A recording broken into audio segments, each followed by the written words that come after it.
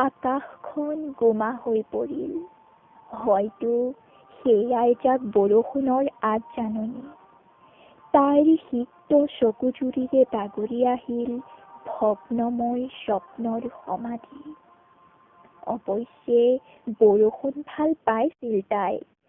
বৰষুণৰ মাজত আপোন পাহৰা হৈ চিঞৰি চিঞৰি গান গোৱাৰ দিনবোৰ আজিও তাইৰ মনত পৰে।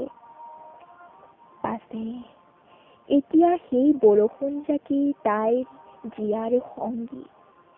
পখিলা খেদাৰ বয়সতে বানৰ বুকুত জাহ যোৱা সপোনবোৰক জলাঞ্জলি দি তাই মানি লৈছিল এই নিষ্ঠুৰ বাস্তৱক।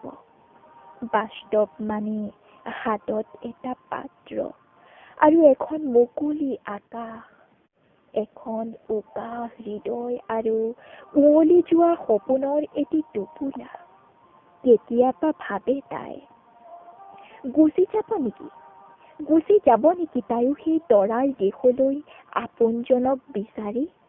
পাছে ইচ্ছা কৰিও তাই গুচি যাব নোৱাৰে মাক দেউতাকৰ সান্নিধ্য বিচাৰি সেই অজান দেশলৈ।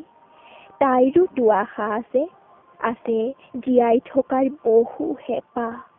কোনে কয় বাৰু সিহঁতৰ জীয়াৰ অধিকাৰ নাই?